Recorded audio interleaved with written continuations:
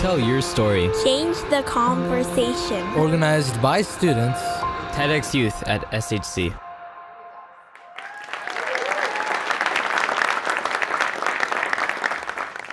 Kalyn and Sabrina are both sophomores at Redwood High School and Tam High School, respectively, and Kate is a senior at Drake High School.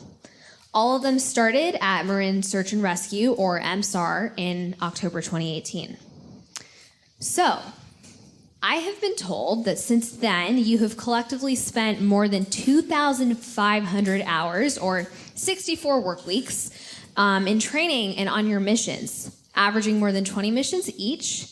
And you're all qualified emergency medical responders with numerous other certifications, including helicopters and search and rescue, wilderness first responder, and rope rescue. You three have obviously been involved with some very impressive stuff, but tell us more specifically, what exactly does Marin Search and Rescue do?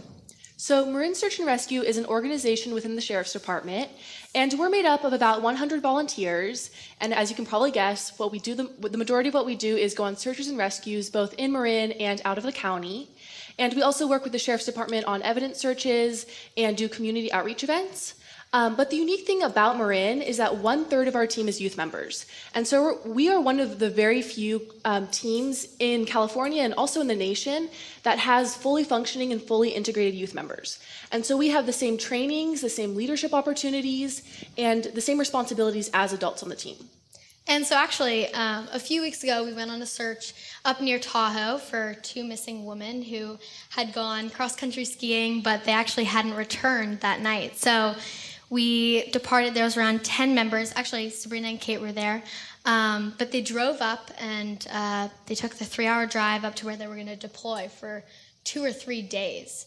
But they were almost there, and it was around like 3 or 4 minutes actually before they got there when they got notified that they had actually found the woman. So it was actually, they were so close that they just arrived and they helped medically with these 2 women because they had been out for 2 or 3 days in a snow cave with no gear or any like warm clothes. So they worked with one other county to really keep these 2 women alive for the next 30 minutes until the medical helicopter arrived. And really, these youth, we were allowed to do this because we do so much training and because the adults trusted us to. And I guess that's really what Marin Search and Rescue does, is we provide an opportunity for youth to do what they're capable of. Wow, that sounds amazing. How do high school students get involved with something like this? And I think more fundamentally, what inspires them to do so? So the 3 of us, we definitely joined Search and Rescue for different reasons, but there's some common interests that attracted us to the team. We're all pretty outdoorsy and love skiing and backpacking and hiking, and we also love adventures. But most importantly, we were looking for some way to get more involved in our community and to give back in some way. So how exactly have you been able to serve the community? What's been the best part of that? Well, really, we get to do, what we are really passionate about. And we're on call 24/7 all the time, which is actually a really strange thing for volunteers because we're not being paid. But we will really, any time of the day, we could get called out to go on a search or a rescue. Yeah, and one thing about that is, like, in the middle of the school day, you can be called out and we'll immediately drop everything we're doing to go and help these people. Like, Kalyn, around last year, I think, was in the middle of a class and her pager went off and she ran 2 miles home with all of her schoolwork just to respond to this search and do what she could for people. Yeah, and that's a huge part of Search and Rescue, is just showing up. And so, when we sign up for the team, we're making a commitment. And especially like for youth members, since we are in high school and we have sports and we have other activities and family commitments and social lives, we have a lot going on. But when we get those call outs for the searches, you really do your best to drop what you're doing and rearrange plans for up to the next few days so that you can respond and show up to those searches. And really what I like to think about is that for most of you, if you were ever woken up in the middle of the night at like 2 in the morning and it's pouring outside, there is just no way that you're getting up out of bed to this terrible sound of an alarm. But for us, I at least feel like this like sound of that our pager makes, it reminds me of like all of like everything that I put into this team. So like the dedication, and it's just a culmination of all my training. And like it kind of sounds cheesy, but when I hear that noise, I know that like later that day I'll be able to like make a difference. I love your perspective, Kalyn. So obviously you're very busy people with pretty standard teenage activities of clubs and sports, but you also have this very unconventional, not run-of-the-mill activity that's a huge responsibility. How do you handle that? I mean, as we were saying, we do have a lot of commitment outside of search and rescue, but we also have a huge responsibility in search and rescue, just to be training constantly and know what we're doing so that people can trust us when we are in real life scenarios. And so we train across the board with ropes, with medical, leadership, and technology. So when we arrive at a search, we can immediately pull out the maps, set up assignments, and get people out there as fast as possible so we can do what we can for the people who are missing. And then even if we're in training, it doesn't mean we're off call. So sometimes we get called out while we're in training and we'll drop everything and we'll go and help those people. Yeah, there was actually a training a few years ago, and a group of members were doing a snow training up near Tahoe, and they were on their way down from a really good day of training, and they saw this man standing in a snowfield, and he looked like maybe he was in a little bit of distress. He was on the phone, and so they decided to just go check it out and make sure he was okay. And they walked over, and he's still on the phone. He kind of puts his hand out, and he's like, "Hey, stop there." And so they stop. And when he gets off the phone, he explains to them, he's in a lot of distress. He's super frantic, but he explains. He points down his feet and he says, see this snow hole? And there's like a 1.5 foot wide snow hole by his feet. He says, "My daughter, she just fell down there, and I can't see her, and I don't know how we're gonna get her out." And he says, "I just got off the phone with 911, and they're gonna send helicopters and try to send in rescue teams on snowmobiles, but I don't know how to help, and it could be a while before they get there." And the team says, "Actually, we're from Search and Rescue. We're on this training, and we can help you." And so right away in that moment, the team goes from kind of a more relaxed training mode, and they're heading back to the vehicles, they're almost done for the day, and they kind of just snap into action and snap into rescue mode. And so they assess the situation, and they see that the little girl is maybe 20 feet under the surface. She's fallen really far down, and she's standing in about 1.5 foot of ice-cold river water, and she's in a running river. And so right away they split into two teams, and one team begins to set up a rope system to try to lift her out of the snow hole, and another team goes downhill of her, and they're going to attempt to dig her out with a tunnel.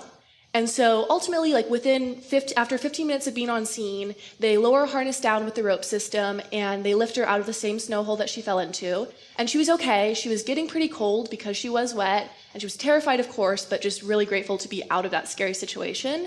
And the cool thing there, though, is that it was actually a youth member who took the lead on the rope system and who thought of kind of a more streamlined and clever approach so that they were able to get her out much more quickly and able to extract her before severe hypothermia set in.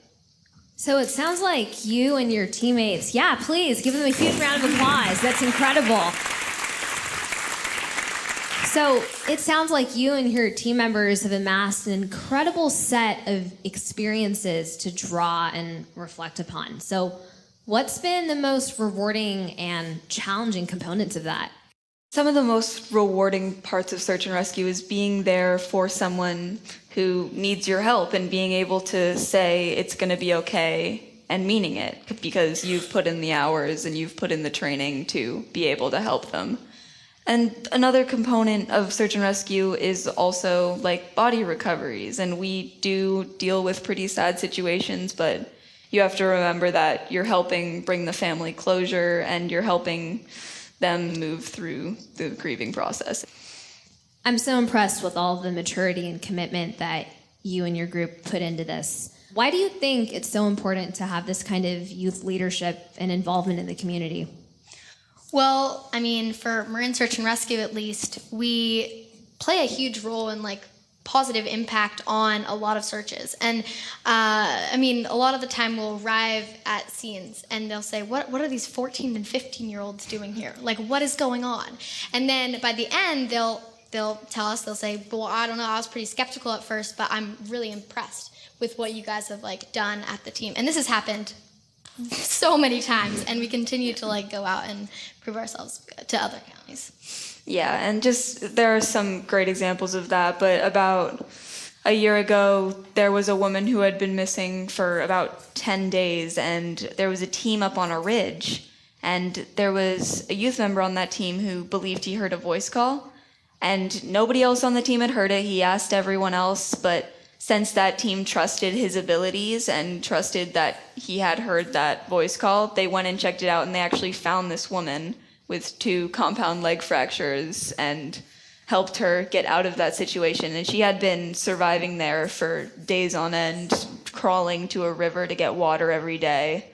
And so it's just incredible that that team trusted enough in that youth member to go down this canyon and look for this woman because of a faint voice call off in the distance. But we really bring a lot to that aspect of the team. And so in that story, of course, it was that youth member's good hearing and awareness that was able to bring that woman back home. But youth members do bring a lot to the team that people don't usually think about. Of course, there's the physical stuff like good hearing and good eyesight and really good physical fitness, which are all very beneficial. But also when you think about it, all of the youth members on the team are also in high school. And so we're used to every single day learning new things and absorbing information. And that's also very applicable to the trainings that we do for search and rescue. And so we can really pick up on a lot of new skills pretty quickly. And another thing is, I'm sure as everyone knows, our generation is very involved with technology.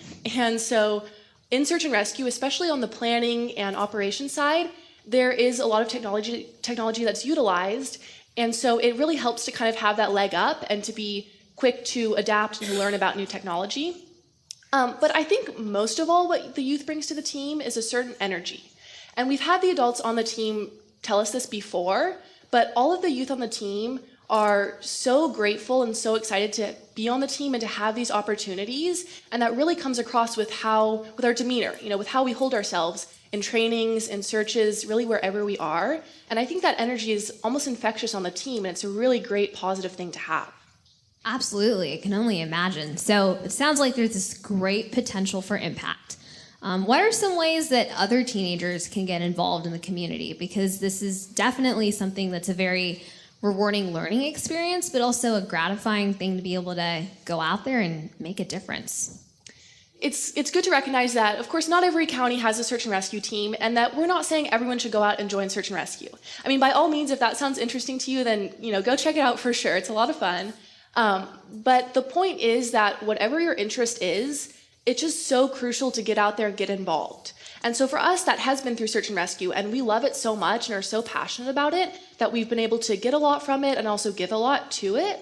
But whether you're an avid baker or chemist or hiker, whatever it is, I promise you that if you can just take that step forward and get yourself involved, you can give so much to your community and also just make a lot of positive impact. How do you think this has opened up doors for you and your fellow team members? And do you think that there's things that you now consider doing that you wouldn't have otherwise? Or are there milestones that you feel that you can reach because of the experience that you've had? I feel like this search and rescue experience allows you to work with adults more as peers, and it just allows you to gain that trust and gain that respect from people who might not have seen you in the way they see you on search and rescue. So the reality is that it goes both ways. Like, you really have to gain the trust of the adults, but you also have to trust them and trust the other youth on the team and know what they know and be able to move forward with them. So I think that's a huge part of it, because you just have to be able to trust them and move forward.